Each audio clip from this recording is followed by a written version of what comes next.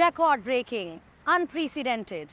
We are living in a world where these words are being heard more and more frequently. Hello and welcome, I'm Sadhika Tiwari and you're watching Eco India.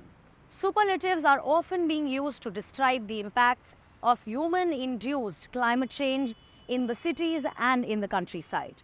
New challenges need new strategies, and technology is a big one on this list.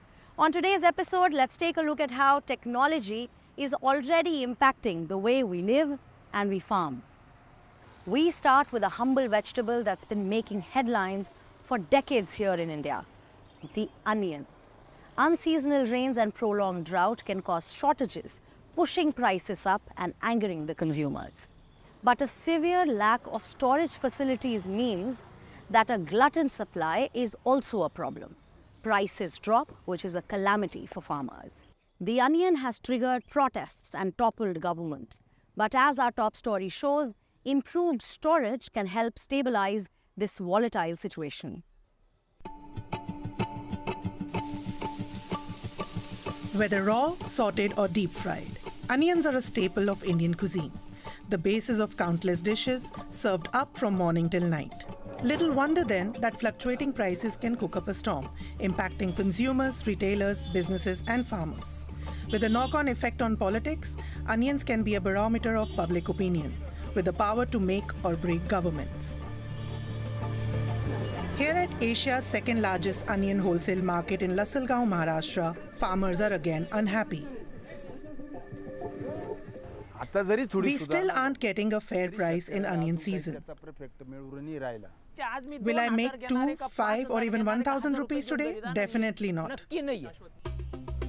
India produces more than 20 million tons of onions a year in 2 harvests. In between these, there's a delicate balance of supply and demand. Bad weather, spoilage and changing supply trends can cause prices to rise or fall. When it comes to spoilage, good and ample storage is key.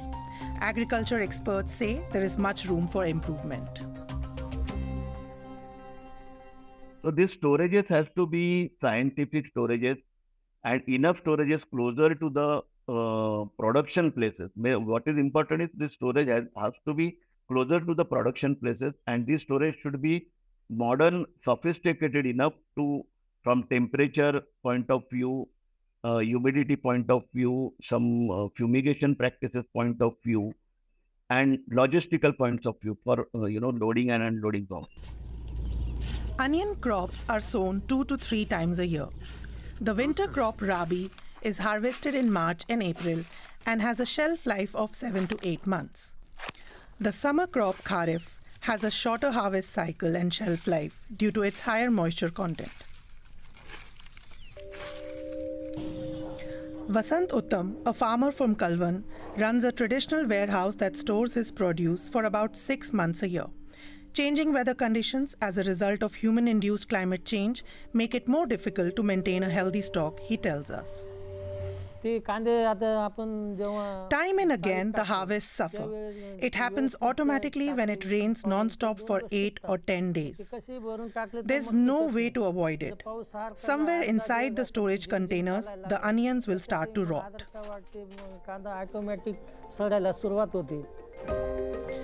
If the spoilage starts deep within the stored crop, a large proportion of the onions may end up ruined. But there are ways to reduce the risk. This device reveals where exactly in the hull any onions are rotting. Its fine sensors detect gases emitted during decay. We do multivariant data analysis to understand what is the condition of the crop, and based on the spikes and insights which our algorithms suggest, we alert the farmers or whoever the warehouse owner is about what exactly is happening in which part of your warehouse. The devices cost 15,000 rupees each, around 165 euros. No small investment for farmers. Vasant Uttam has nonetheless installed several in his warehouse. One device covers roughly 5 tons of crop. We get a text message if a sensor has detected spoilage. I got one that said device number 6 had located rotting onions, and I should check it as soon as possible. A solution like this can be helpful for agriculture cooperatives. But even basic modifications to a warehouse can improve things, says Pankaj Ushir. He's the owner of a farmer-producer organization in Maharashtra's Nashik district that has a large warehouse capacity. Whatever chawl units we have created, it is of totally bamboo structure. Because of that, thermal transmission is not there. Second thing, we are using pallets on the ground. We are not directly putting the onions on the ground, because of which ventilation gets maintained. We are keeping the distance between the chawls. It is a minimum 8 feet. Normally farmers try to put maximum onion in small space, because of which there is no proper ventilation, and due to which crop gets damaged. Storage is key to ensuring a steady supply of India's indispensable vegetable. By taking it into their own hands, farmers can help reduce the risks of a volatile market so that onions remain firmly on the menu. From farming onions on land to cultivating seafood underwater, farmed shrimp accounts for 55% of the shrimp produced globally. In countries like India, one of the world's largest shrimp producers, this business generates incomes for thousands of families, but at the cost of wetland ecosystems. We headed to Singapore, where artificial intelligence is taking shrimp production indoors. At this test site for a fully automated indoor shrimp farm, there are no more surprises. 2 years after the start of the project, the team, led by founder John Diener, is going to market. In the second half of this year, we will have 60 of these tanks. And then there's a robotic gantry that goes up and down the middle of that racking system. No people are touching the tank. It's running autonomously the whole time. The farm is located in a harbor warehouse. The shrimp grow in these tanks under almost perfect conditions and only need half as long to reach market size as in conventional open-air farms. An AI-controlled computer system constantly measures and improves their conditions. Underwater cameras track the development of the shrimp. The team collects so much data that only an AI system can make sense of it. The price of the shrimp is already competitive, but the system's biggest advantage is yet to come. It can be set up anywhere in the world, eliminating the cost of expensive supply chains. This batch is being sent out to restaurants near the city. Just hours after they come out of the water, customers here can enjoy raw prawns with pickled green chili and a little horseradish and lime. So we always tell them where the prawns come from and that it's like locally farmed in Singapore, which is different. Like you can't, most things farmed in Singapore you don't want to eat. Yeah, I mean, the waters here aren't the greatest, right? Back at the shrimp farm behind the busy Singapore harbour, John Diener takes a closer look at the seaweed filtration system.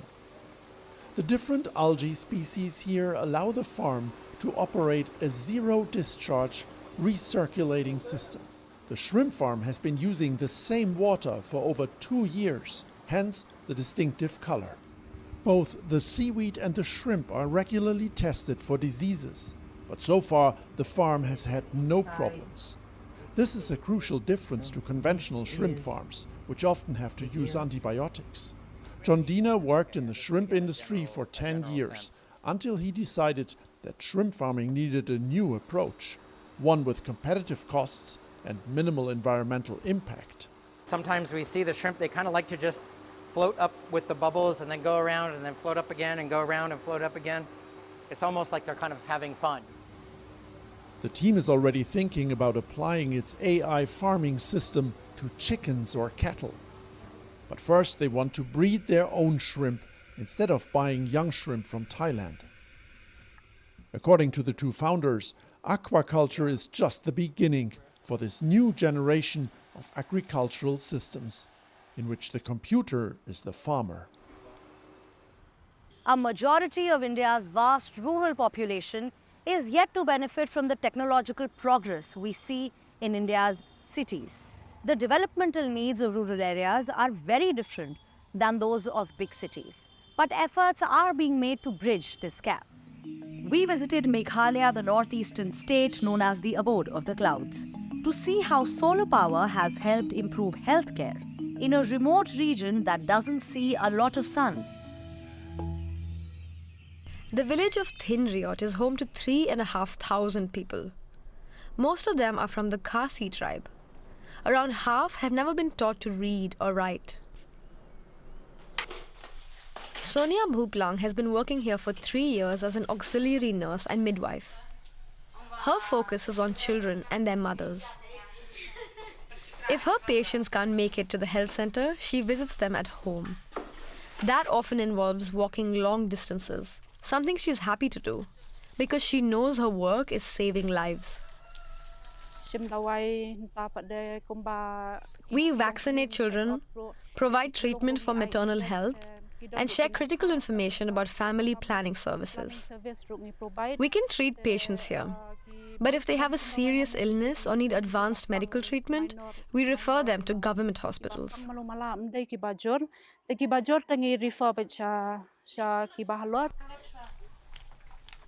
The government health sub-center where Sonia works serves around 8,000 people from the entire area.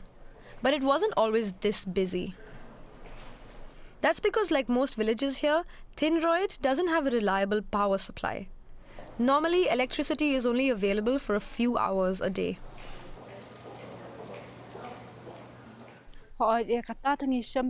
Because we had no functioning electricity, patients would be scared to come.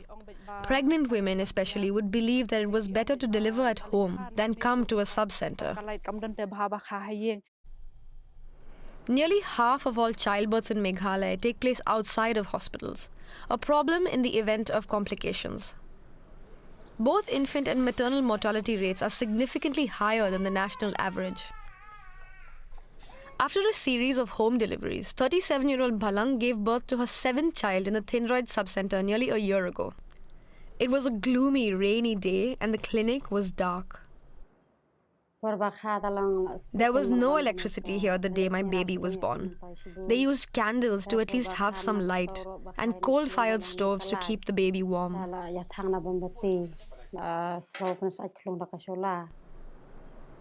The situation came to the attention of the Sauramandala Foundation and its co-founder Naga Karthik. It's a non-profit that works mainly with remote communities in Meghalaya. They found a host of other problems that the clinic shared with other sub-centers in the region. Without functioning fridges, vaccines couldn't be stored. And without power, the centers couldn't provide medical workers with accommodation.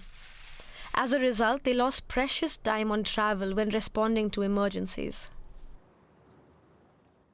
And this could be the golden hour where, if it's a high-risk pregnancy, then you've lost the time to actually do the medical intervention. The solution they chose was decentralized solar power. And for this, they approached Selco Foundation, a non-profit that has helped power healthcare centers with solar energy across India. But here, in the abode of the clouds, the sun can disappear for days. Monsoon rains are usually heavy and long, not ideal for solar power. I think the weather in Meghalaya is definitely one of the center points of how we design these systems. And let's look at all of this together in terms of what is the solar irradiance that they're getting. And then sort of maybe just take the worst of the region in the state and try and design a system that is designed to work in that situation.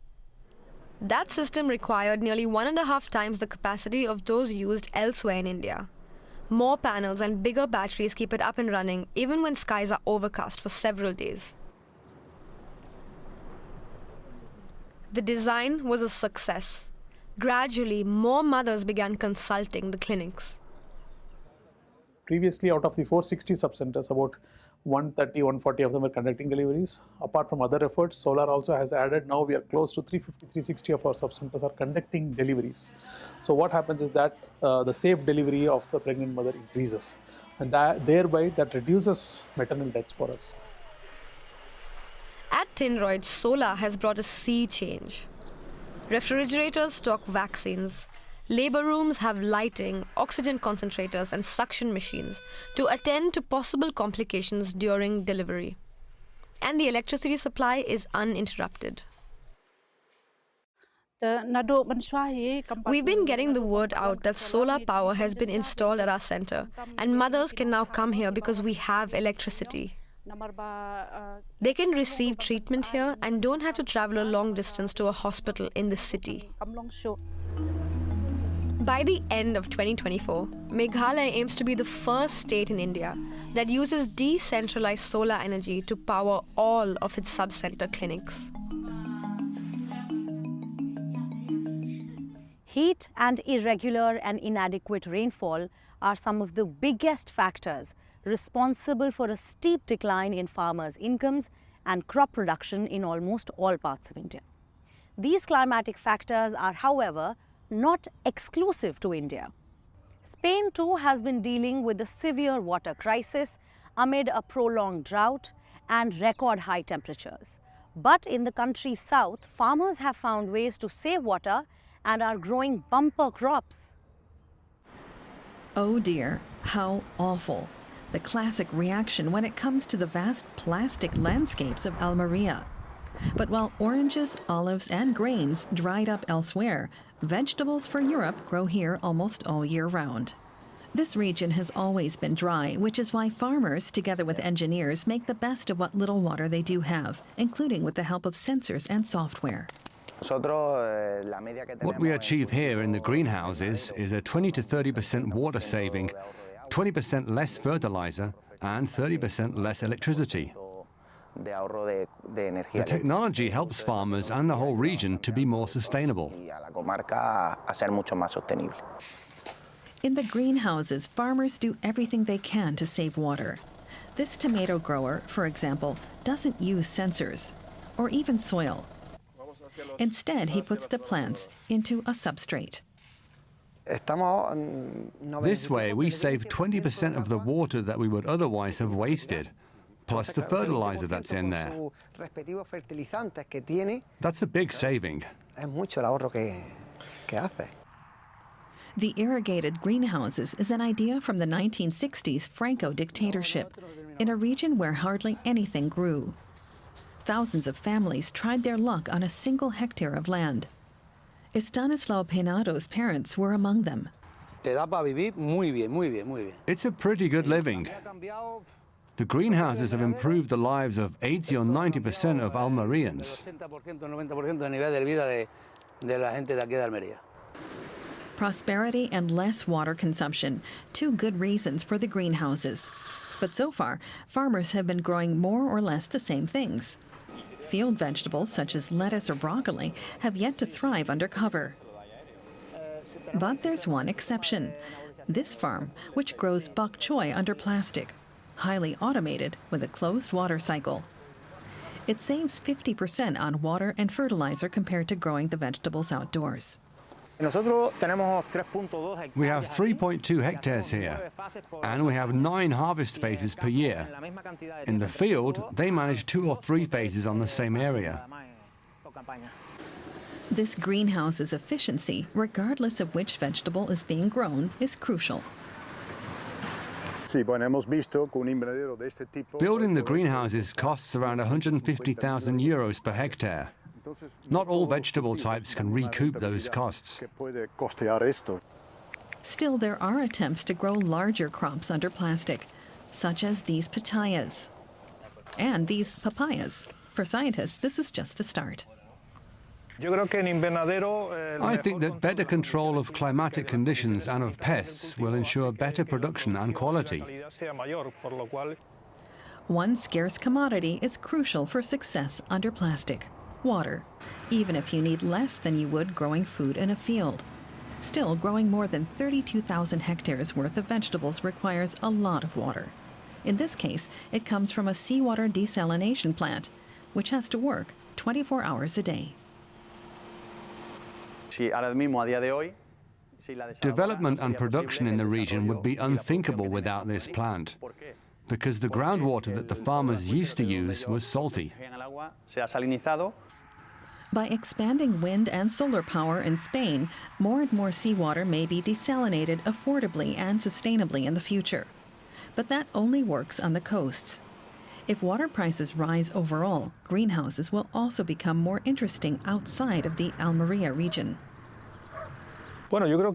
I think this model could develop almost everywhere around the Mediterranean. Almería is a model both for Spain and for farmers in other countries to counteract the drought.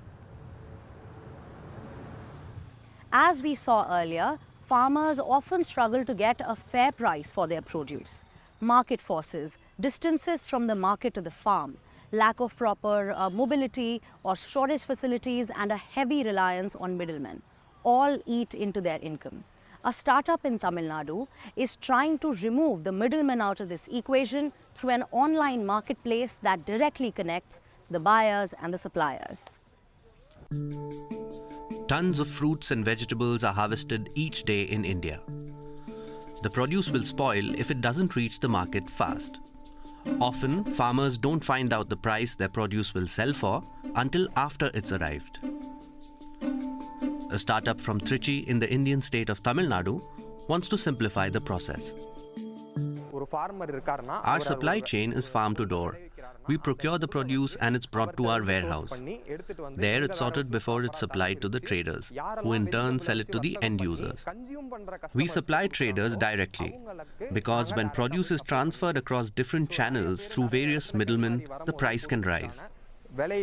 Plus, you risk wastage because the goods are perishable.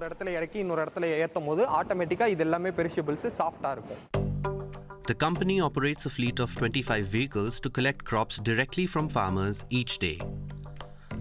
The founders say that this eliminates not only the need for farmers to go to market themselves, but also concerns over getting a satisfactory price. When farmers bring their product to market themselves, they usually only learn the selling price the next day. But eSandai works differently. The farmers contact us when they've finished harvesting their vegetables. In just 5 minutes, we'll tell them the pickup time and the exact market price their produce will fetch. The startup guarantees farmers a minimum price, which is calculated using digital tools. On our website dashboard, we display the price. It's transparent for the farmers and the traders. The app is also handy for customers. From 10 in the morning to 8 in the evening, they can order the produce that they want the next day.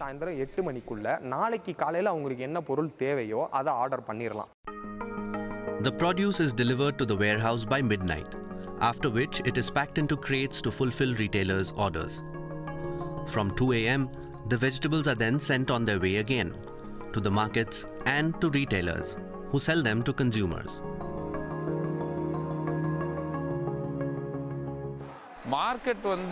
We aim to get the products to the markets before they open each day. This helps us save 3 to 4 hours.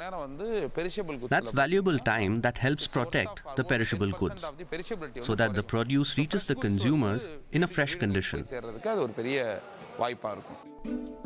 The startup works with around 1,200 farmers. Its service has provided relief for producers, especially those in remote communities, saving them time and resources. Today, the startup employs around 200 people, and it's got its sights set on expansion, looking to increase sales 5-fold over the next year. Its founders have seen that optimizing the supply chain helps bridge the gap between farmers and consumers, bringing benefits to both. Sustainable technology really can make a huge difference in how we deal with the challenges on this planet in the years to come. Are you seeing any such innovative tech solutions? Do let us know. You can email us or reach out to me directly on my social media handles. I will see you next week. Until then, take care. Goodbye. Namaskar.